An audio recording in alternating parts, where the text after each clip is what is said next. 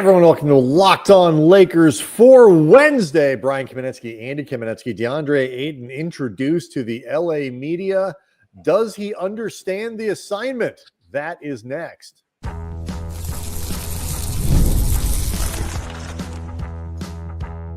You are Locked On Lakers, your daily Los Angeles Lakers podcast, part of the Locked On Podcast Network, your team every day.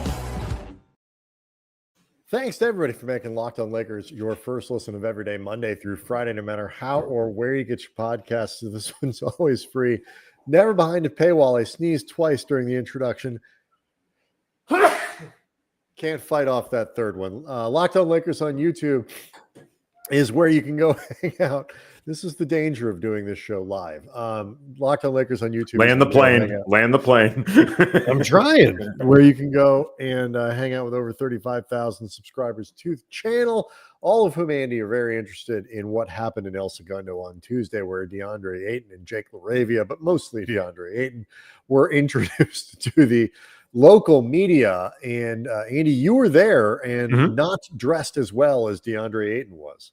No, I don't think anybody was as dressed as well as Deandre Ayton. I want to make this clear just from the beginning. There is absolutely no evidence, nor did we hear anything about the fact that the press conference started about 90 minutes late.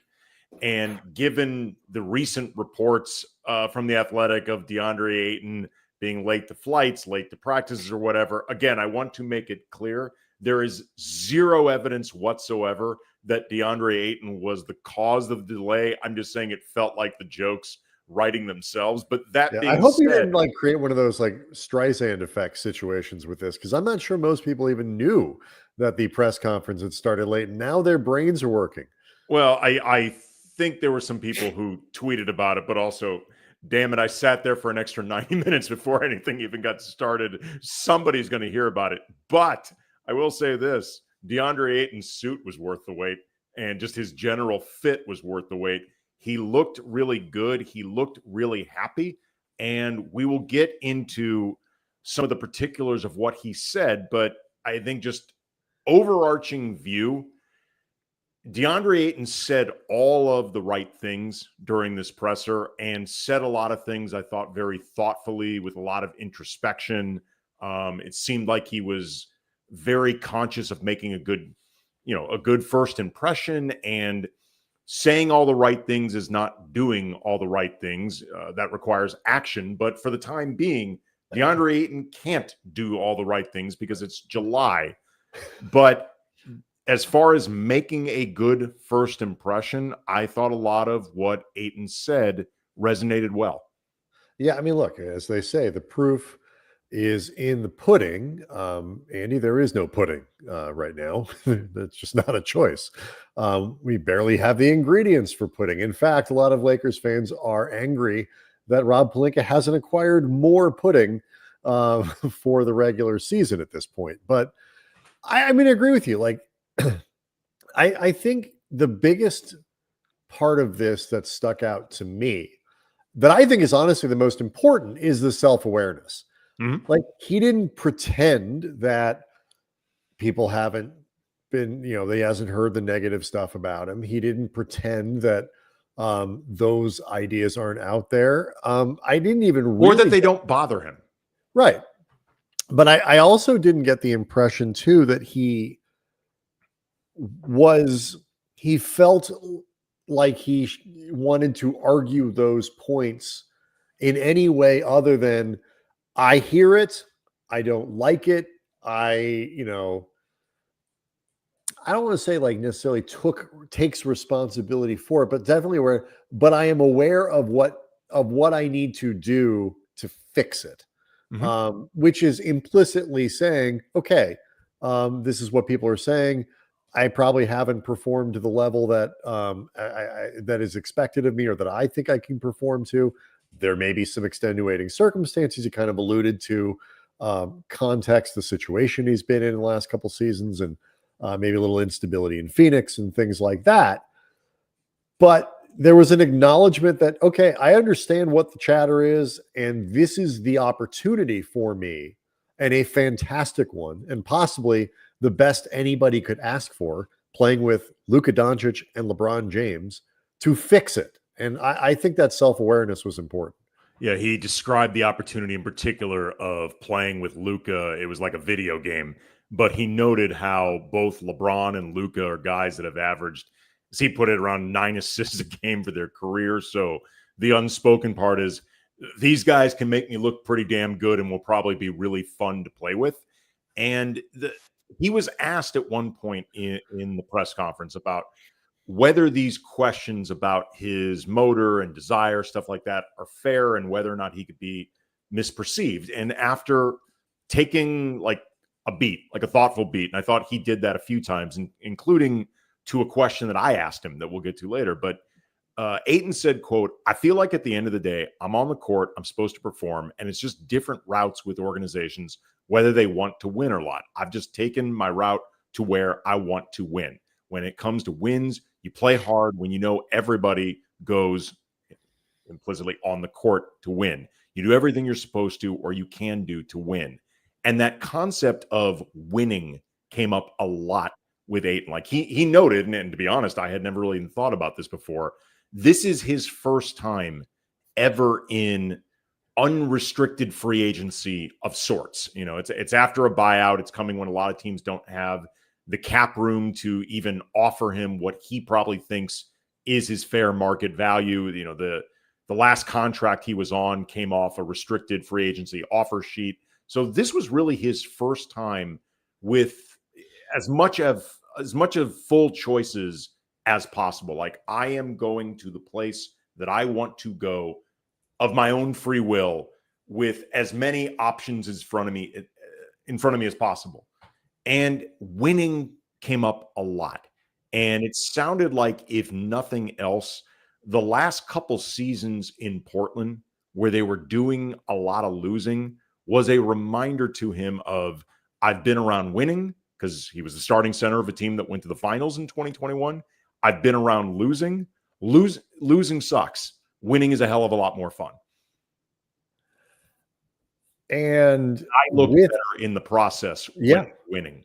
Yeah. And I think with that, he sort of talked about the right stuff too. Like, what is it that you need to do on this team that produces winning basketball? Like, he didn't talk about, I got to score 25 and I got to do this. It was set hard screens, roll hard to the basket, rebound aggressively, get up and down the floor. Rim protection was something he talked about as, like, really needing to improve his game. And I think that's something that we'll get into based on your question later. But, just like stuff like that, there is that under, like, those are the winning things. Now, big line, those are not fun things to do. Although I will say, setting a hard screen so you can spring Luka, there actually is some incentive and payoff there at the end. But you know what I mean? Like, some of the things he's talking about are the things that you have to kind of constantly grind and remind yourself to do as a player, because they're not always fun and glamorous, but he understands the assignment. Well, and look, the guys around the league who do the proverbial dirty work, and we'll get into Jake LaRavia, who was also introduced, and he described himself in some ways as one of those guys who's willing to do anything, hustle, energy. He's been described as one of those guys over the course of his career. Like, Dorian Finney-Smith has been one of those guys. As much as those things, they really do affect winning, and they don't always get called out, on Sports Center, or you don't see them in a stat sheet. These guys aren't doing it purely altruistically. This is the way they get paid. Like, everybody is looking to get paid. Dorian Finney-Smith and other guys like him, I think Jake LaRavia is one of them, are smart enough to realize, my way of getting paid in the NBA is not to try to put up 25 a game. That, it'd be great if that was the route, but that's not the route that's going to work for me. Dorian Finney-Smith has been doing all the little things that contribute towards winning.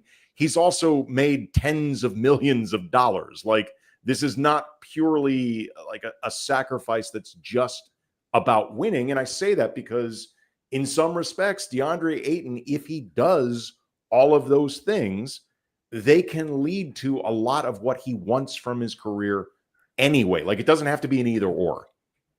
And let's stay on this, because I mean, this incentive structure thing is something I think sometimes, I don't want to say trips fans up, but fans can get hung up on that. Like, are you doing it for the right reasons?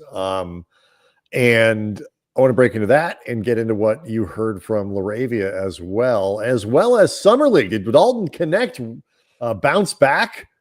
Kind of, yeah. All that coming up.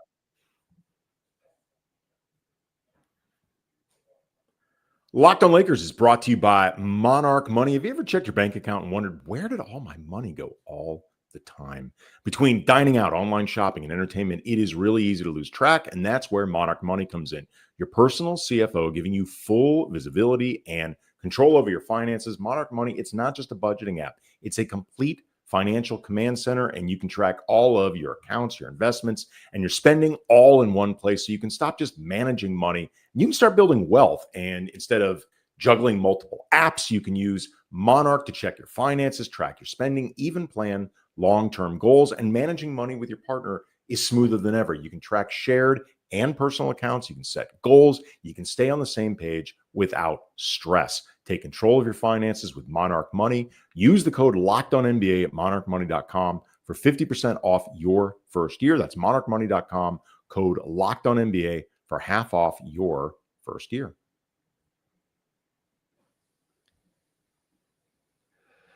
You understand what I'm getting at, Andy, when I talk about that. Like, should DeAndre Ayton be motivated in part with the understanding that, hey, like, if I want to keep myself in that upper echelon of NBA paychecks, where, I don't think we're in any danger of Ayton falling out of the league. He's too good for that. But we are, if he doesn't have a good season this year, if he gets hurt again, if he's just not durable, if he's not reliable, whatever, okay, he picks up the $8 million option that he's got next year, perhaps.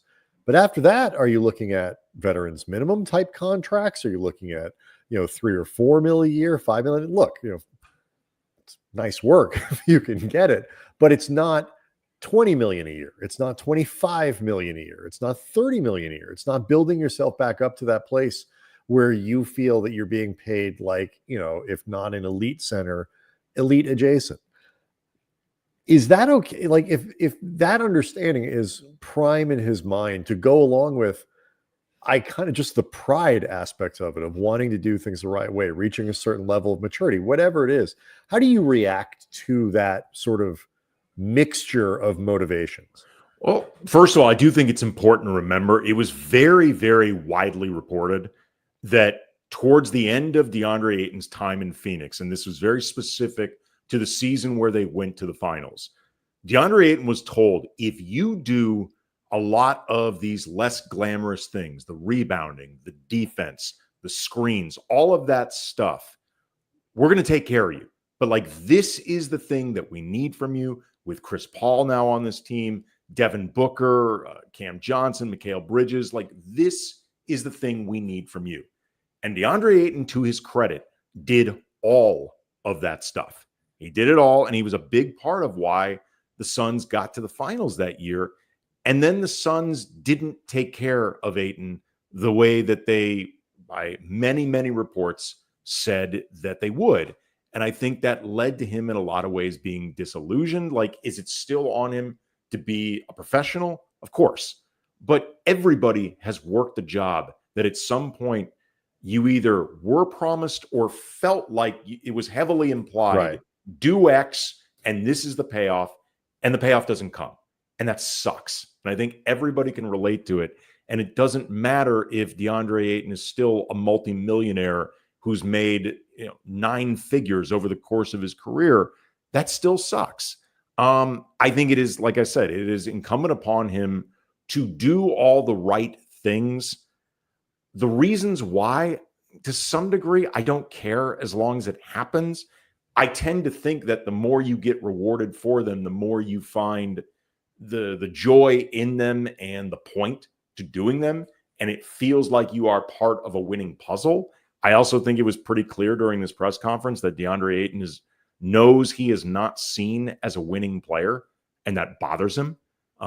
He doesn't like that perception. I asked him directly, with the idea of, because there have been a couple questions, that you haven't really played up to what is seen as your full potential. Where are the areas that you feel like you need to grow the most? Where are you most determined? And after, like I said, taking kind of a thoughtful beat, he said mainly just protecting the rim as much as possible, closing out possessions defensively.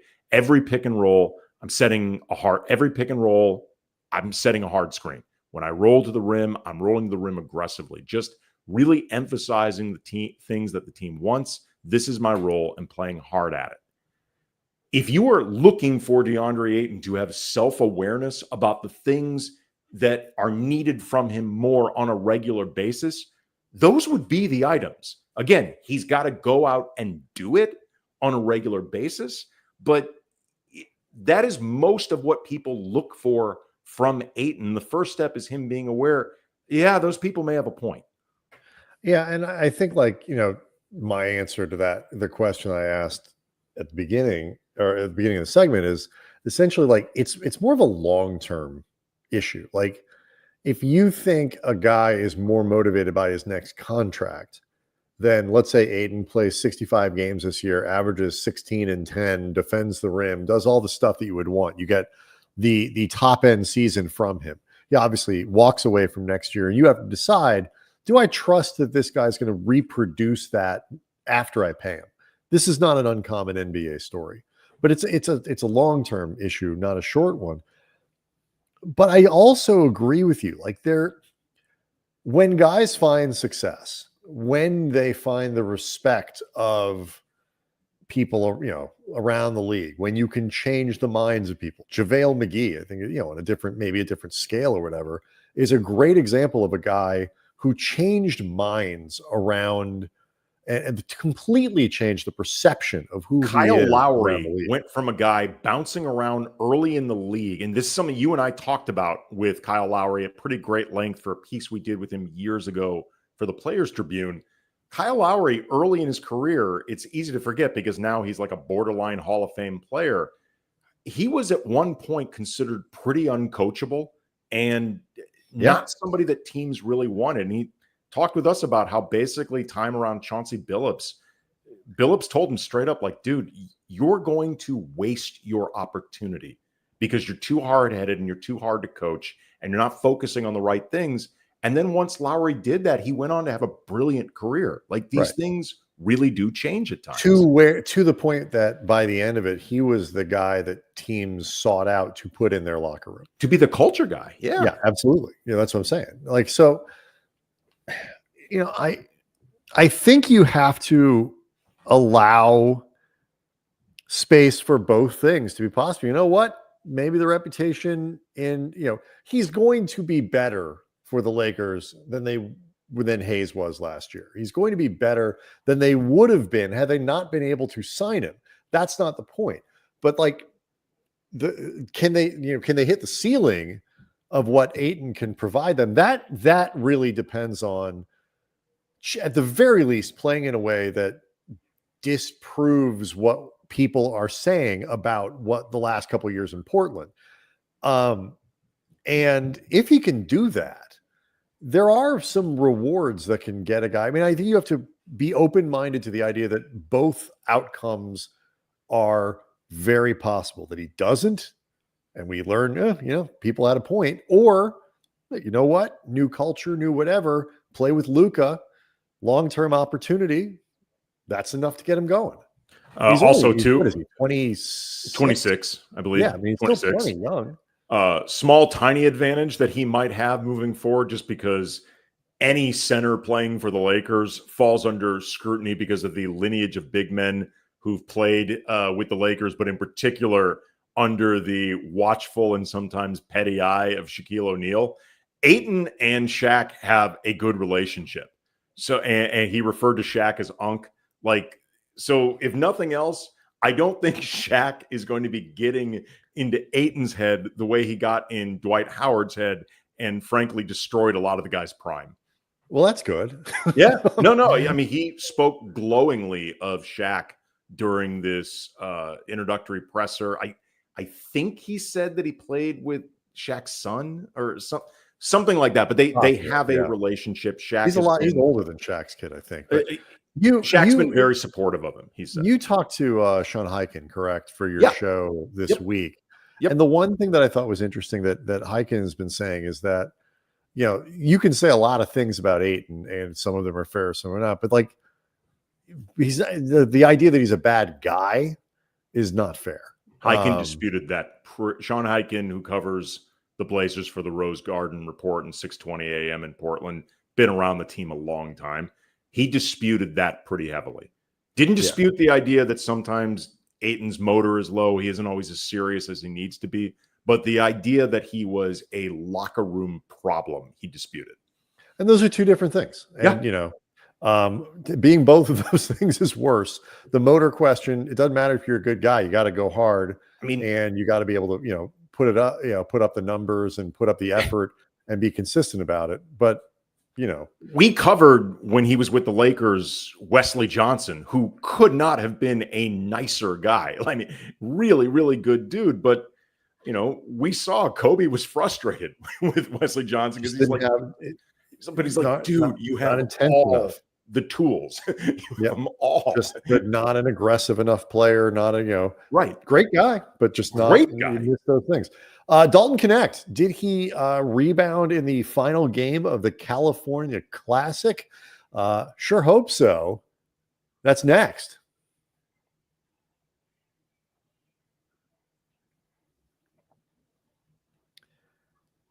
Before we get to the summer league, Andy, any comments on LaRavia, who was also there? He talked about himself a lot as a hustler who does a lot of different things on the court. Talked about the excitement of playing with a lot of high IQ guys on the team: Luka, LeBron, Austin. There was a nice moment of self-awareness that I caught with LaRavia. He was asked about his three-point shooting last season with Memphis and Sacramento. Career high over 40%. And while LaRavia acknowledged that, he also acknowledged it was at pretty low volume and said unprompted, basically, I got to start putting up more of them and making them before I really can be thought of as an impact shooter. And I just thought that was really good self-awareness. He had an interesting response when I asked him about Zach Kleiman, who runs basketball ops or GM or whatever title for the Grizzlies, has admitted that they made a mistake by not picking up the final year of his rookie deal option. Sacramento, according to Matt George, Locked on Kings host, very plugged in with that team. They thought they were going to be able to keep LaRavia, and they were surprised that the Lakers or any team came in with a bid that essentially they couldn't match because of cap restrictions, because that last year the deal wasn't picked up. But with those things in mind, I asked LaRavia if he thinks he's been kind of an underestimated player. And he said, quote, yeah, I think I just bring something to the table you don't find a lot. Just as far as going out and doing the little things on the court while still being able to space out, knock down threes, guard both sides of the ball at my size. I bring energy to the court every night. Everyone values that. And I took that as kind of a roundabout way of saying he does tangible things, but also does a lot of the intangibles that everyone appreciates, but not everyone knows how to quantify. But I thought that was an interesting response to my question. Yeah. He also looks 12 years old. Well, he's only 23, but it was interesting. It's like Pelinka and the in the press release announcing the signing of LaRavia, you know, goes on about, you know, two-way player and can score at three levels and can do all these other things. And our friend Crange Smith Basketball, Tim_NBA Lakers Exceptionalism Pod pointed out, like on Twitter, he's like, you know, don't do that, Rob, because he actually hasn't been a three-level scorer. He hasn't, like, you raise expectations in a certain way. But I do Rob think getting flowery and talking too much. It's weird. I know he didn't get biblical. I mean, there is that, but like, so, you know, they're going to have to figure out how to use LaRavia and play to his strengths and all that kind of stuff. But at 23, finally, he is certainly an ascending player. How high he ascends, I think, is the question. But he is a guy who is on his way up. He seems to have some potential there. And look, the Lakers definitely got younger. I mean, they've added a 26-year-old starting center. I don't want to say LaRavia is automatically the sixth man, but their seventh man, eighth man, whatever it is, 23. Like, it's making some progress in that regard. So I'm excited to see LaRavia. I said it when they signed him. I think there's a good chance that he and DFS look reasonably similar in terms of their production over the next couple of years. So we'll see.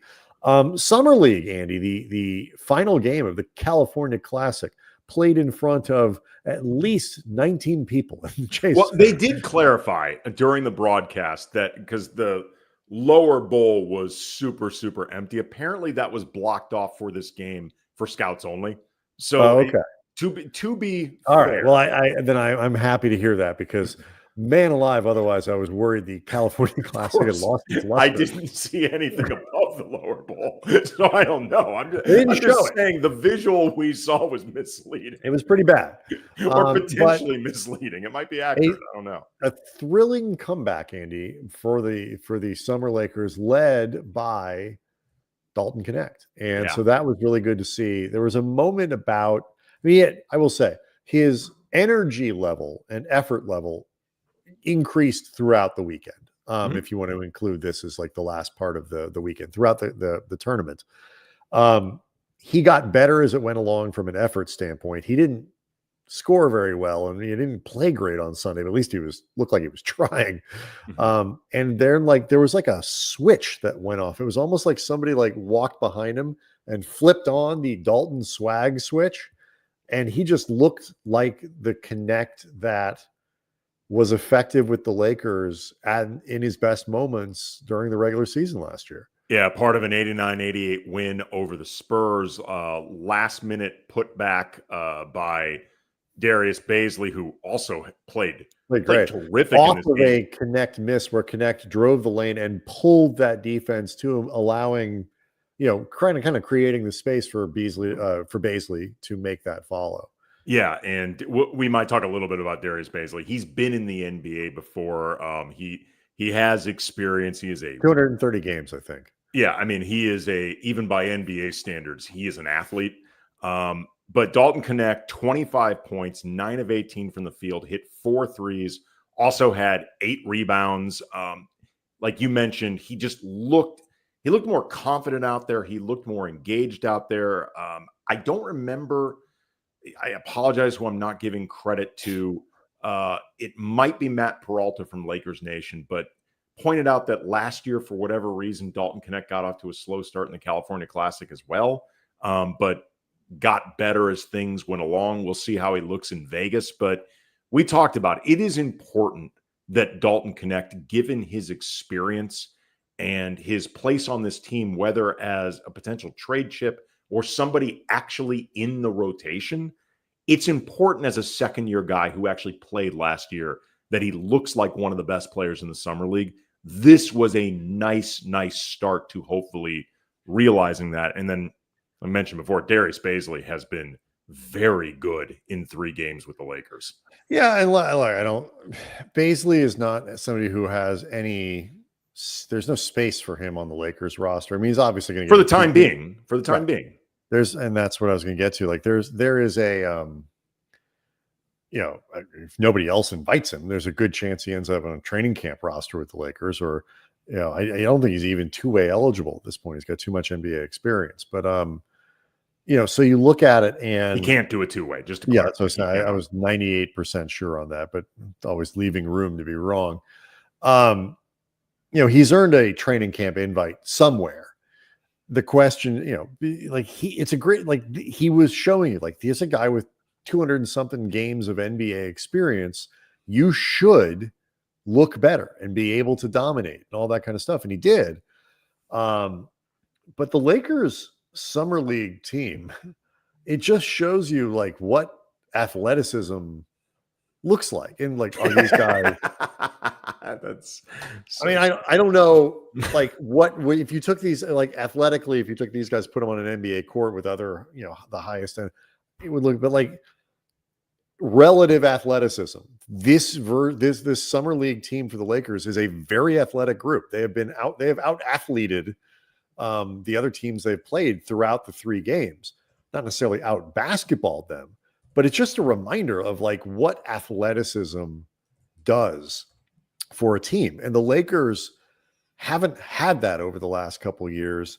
And I think it is important to try to add that. So like if the Lakers were to make a trade that sent out 3 players and brought in 1, and maybe you're signing another player, DeAnthony Melton, by the way, now the rumors are he's much more likely to go back to Golden State than to LA. Bradley Beal, the clubhouse leader for that buyout, should have happened, still is the Clippers, it appears to be. So who knows what's going on with the players that the Lakers might bring in. There are still some other names out there, Amir Coffey, players like that are at least Coffey could be a sneaky good pickup. He could, if he can be had for, so look, there is work to be done. But if the Lakers were to trade out 3 guys, bring back 1, sign 1 free agent, you suddenly have an open roster spot. You could do worse than at least offering Bazley the opportunity to come to training camp and show he can do that in preseason games and all that other stuff. And if nothing else, man, I just root for guys like Bazley or whoever, because this is so hard.